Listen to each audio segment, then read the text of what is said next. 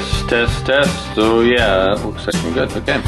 I'm Phil Wyman, and this is the Wild Theology Podcast, where the world, the humans in it, and God are all wilder than we've been told. That's your intro. So, you'll get philosophy and theology and crazy stories that come from 30 years of pastoring, Boring. 20 years of festival work, Whatever. and the mud and blood of wrestling with the living in the spaces angels fear to tread. Trying to sound interesting, are we? Yeah, you think you got something to say? Yes. Yeah, that's the problem, dimwit. Like I'm a lot smarter than you think. Yeah, you tightened your shoes this morning. Whatever. We're Phil Wyman, and this is Wild Theology, where you get to argue with your own ideas. And lose. That's the point. If you would like to support this podcast, you can do so by going to patreon.com/Phil Wyman. Hi, I'm Phil Wyman with Wild Theology, and I am at the LA Convention Center, and this is a couple hours before the Bernie Sanders rally. So in this podcast, I'll be talking to some of the Bernie bros and those who have been supporting him the last 4 years, as maybe those who have jumped on recently, and I want to find out what they think about the Christian Trump supporters. That's the focus of this podcast. Where women are demeaned and subjugated and degraded and dehumanized in a million ways. We can fight for a world where women are treated as full human beings, but we gotta get rid of this system called capitalism. We gotta overthrow this whole system, and there's a strategy and there's leadership in Baba Vakian to do that. So be a part of that. Sunday, March 8th, 1 p.m. Get into the streets in MacArthur Park. Invite your friends, go on social media, get this flyer, spread the word.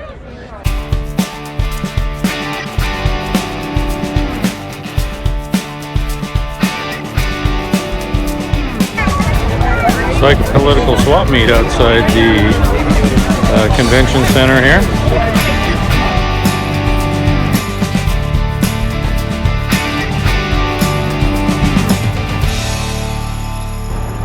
And this apparently is the line.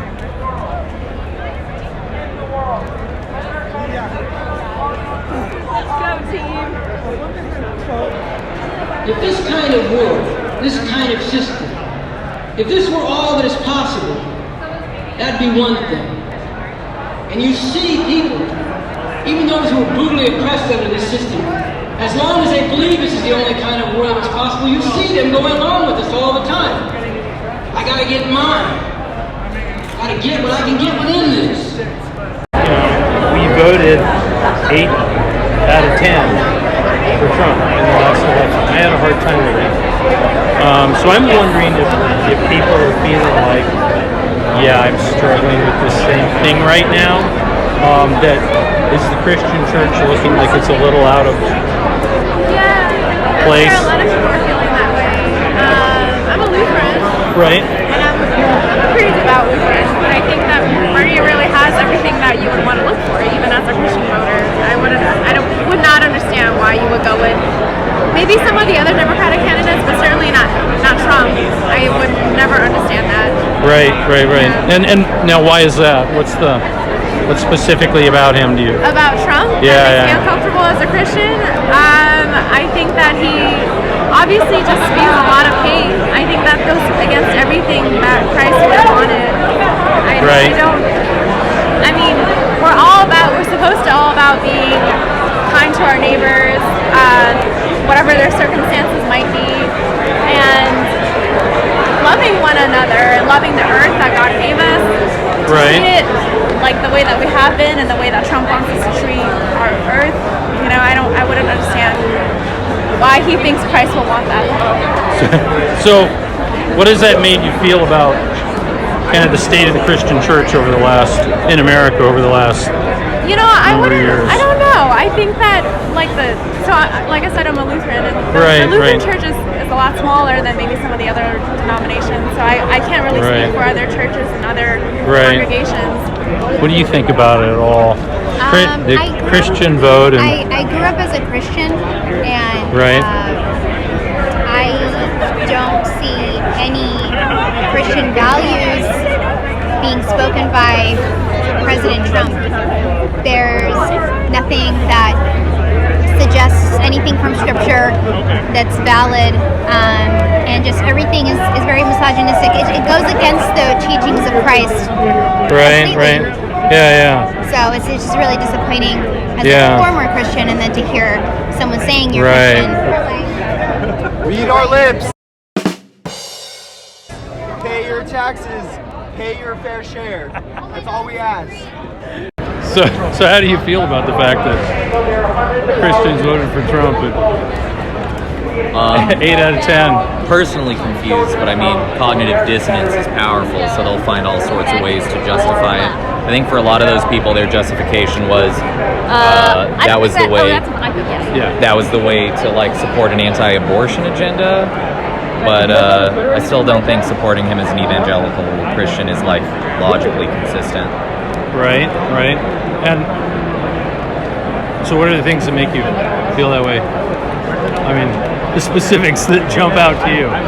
I've got a whole bunch of them myself, obviously.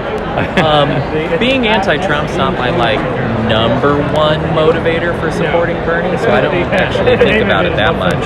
Right. It's just strange that like a business dude who's had several different marriages, a guy who's had several different like relationships, marriages, extramarital affairs, even though that's like what sunk Clinton in a single go. Right. That guy is now the standard bearer of the Evangelical Christian political movement. Like not, I understand he's not like their religious leader, but in terms of their politics, he's the guy. Yeah. Does that say something to you about the state of the evangelical church?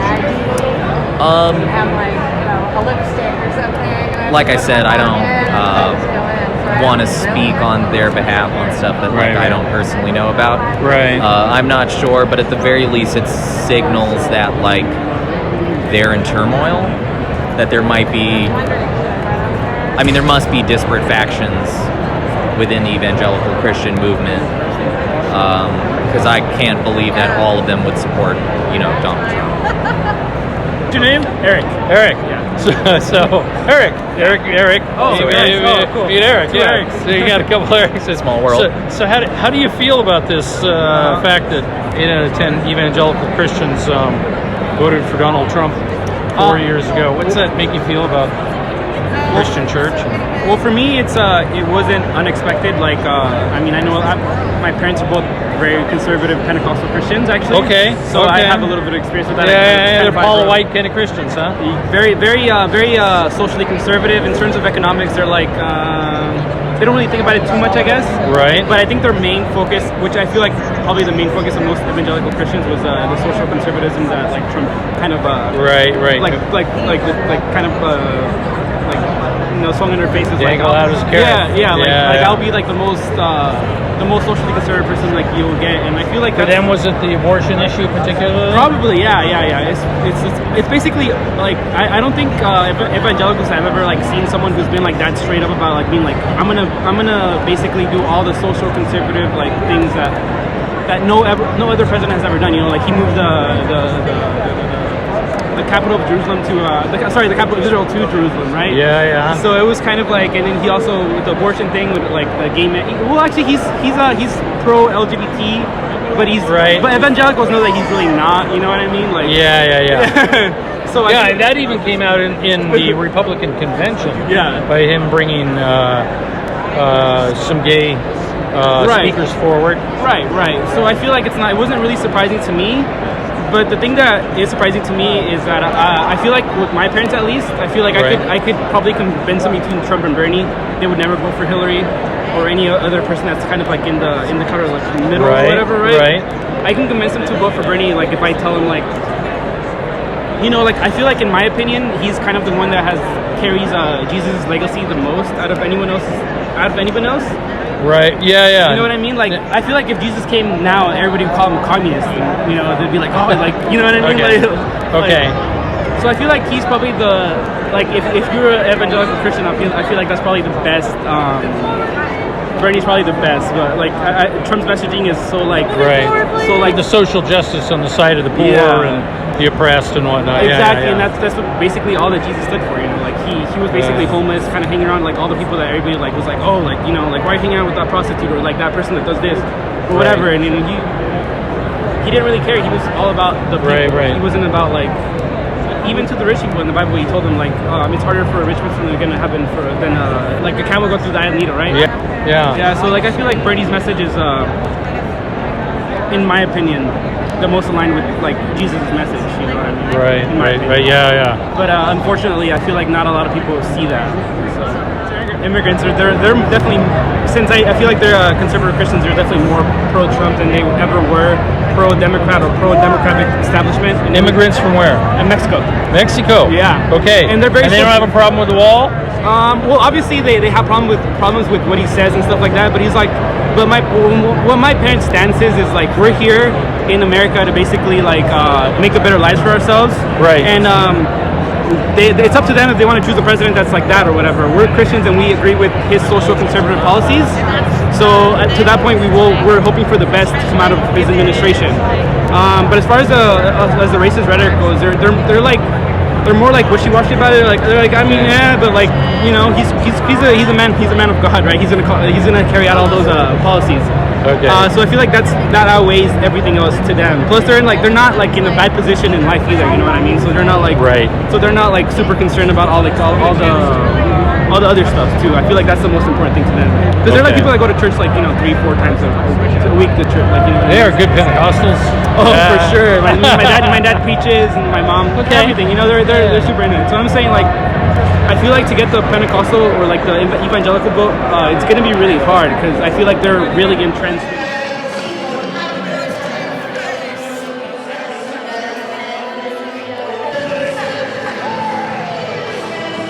Okay. I fixed my hair. Grandma Squirrel's at it. Okay, yeah. I know. That's me. Oh, you Grandpa Squirrel? Yeah. Well, I have squirrels living in my hair, so so this is Paula. Okay. And so, how do you feel about the state of Christianity? I feel that Christianity, the people that have voted for Trump, who claim that they are Christians, really don't follow what Christ says. Right. Because he's a man of peace. Christ was a man of peace. Yeah. And when you walk with Christ, you walk in grace. Right. And grace is not what our president has. It has to do with love and honoring each other. Yeah. Speaking respectfully. Feeding the poor. Yeah. Clothing the naked. Yeah. Visiting the incarcerated. These are the Beatitudes that I've always had in my life for. Yeah. They don't, and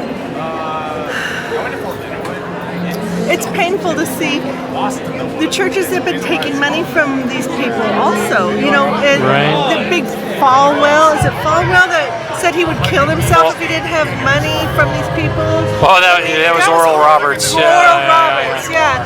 I mean, it's I don't have the right answers, but I do know that they're just not very loving. Yeah. Now, are you a Christian? I'm a Catholic. Okay. So Catholic Christian. Yeah. We're on the same team. Yeah, exactly. I agree with you. So therefore the Beatitudes, Right. I just don't see them following the way of Christ. Christ went into the temple, and threw out the money. The people that were doing bad things in their church, they don't see that. Even in their own churches, taking the money, they're seeing all this money in the politics. They're seeing all these things. We don't treat people humanely. Right. Where in the world do you separate a family from a child? The child from a family? I mean, that has got to be against the Hague. I mean, when we treat prisoners we don't even treat prisoners that bad. We don't treat. It's very inhumane how we treat people. And to say that you want to protect all lives by abortion, not preventing abortion, but you don't want to take care of people that are alive, those are two separate issues, but you don't respect life.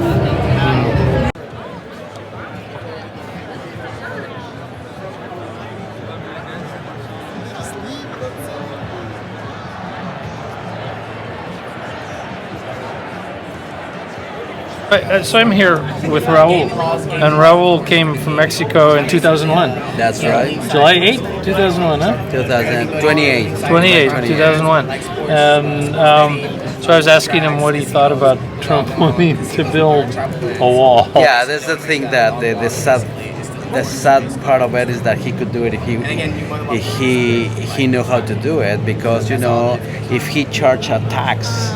Right. A tax of 10% for each dollar that you send to Mexico, you can build it with no problem. Right. But don't give him ideas, okay?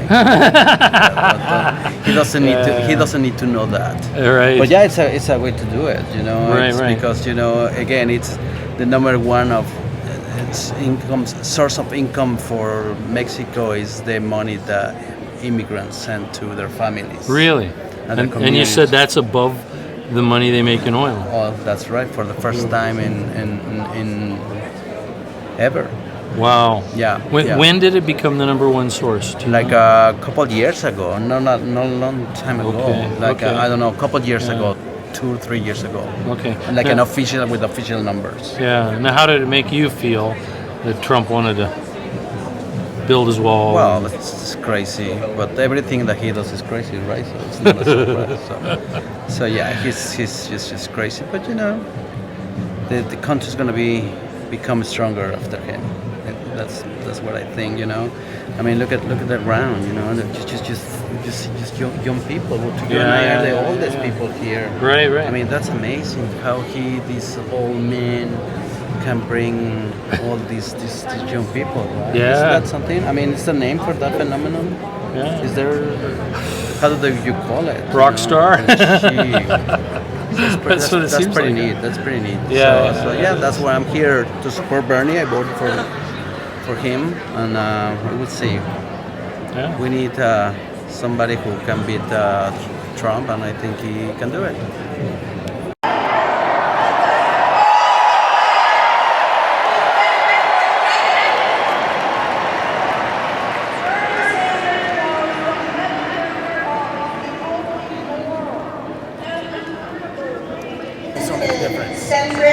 Super Tuesday. It's a few days away, but you can canvass for Bernie Sanders. Go to map.berniesanders.com.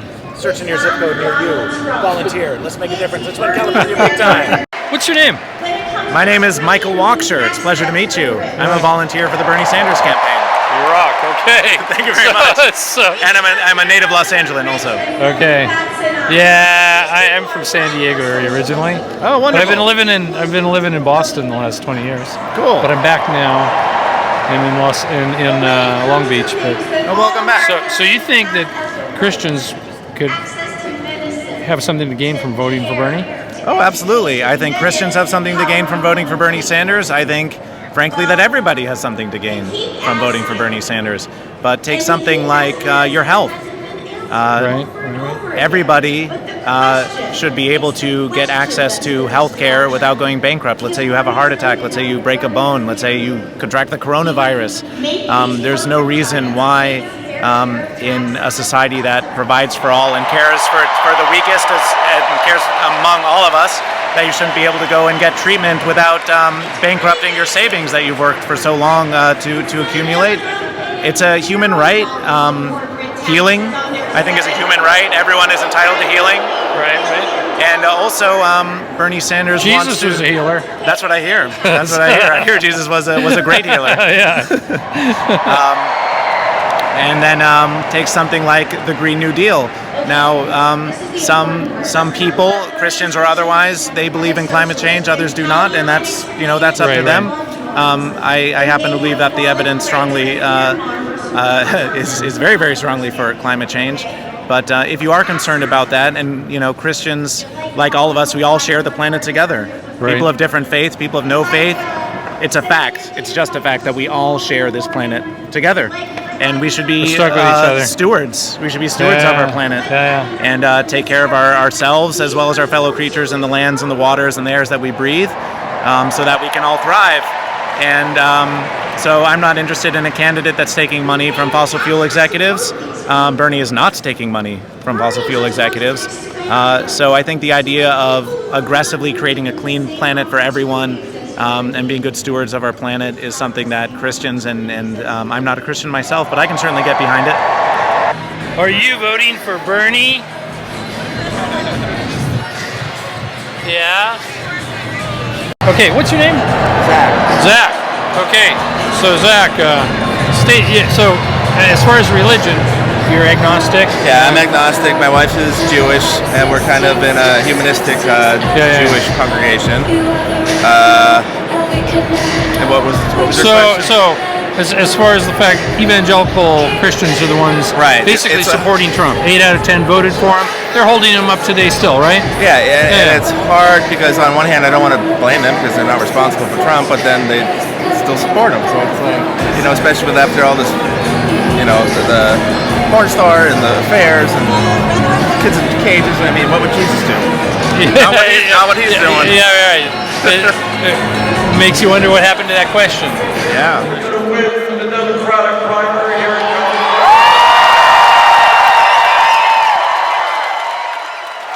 every family in America has its share of problems. We are in it together.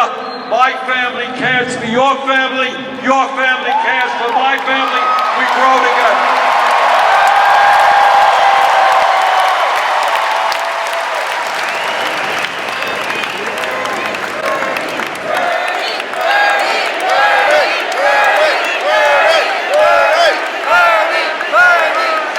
Okay, here's the biggest Bernie supporter right here. That embarrassment. We will sign an executive order restoring the legal status of 1.8 million young people and their parents eligible for the DACA program. And my promise to you is I will never nominate anybody to the Supreme Court or the federal bench who is not 100% pro Roe v. Wade.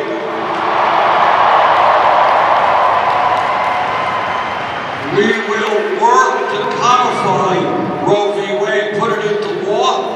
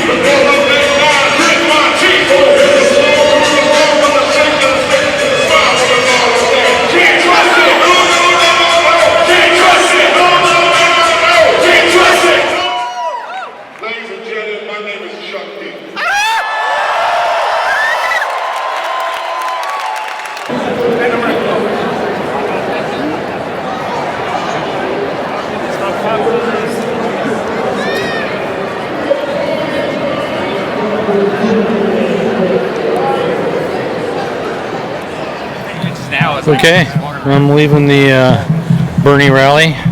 I put away the gimbal so things are bouncing around, and I got a few good interviews with people and their thoughts about the state of religion, and its intersection with politics and what that means for Evangelical Christianity and their thoughts about it. So anyway, this has been the Wild Theology Podcast. Phil Wyman at the Bernie Sanders rally on Goyle Dewi on St. David's Day in Los Angeles, California at the Convention Center.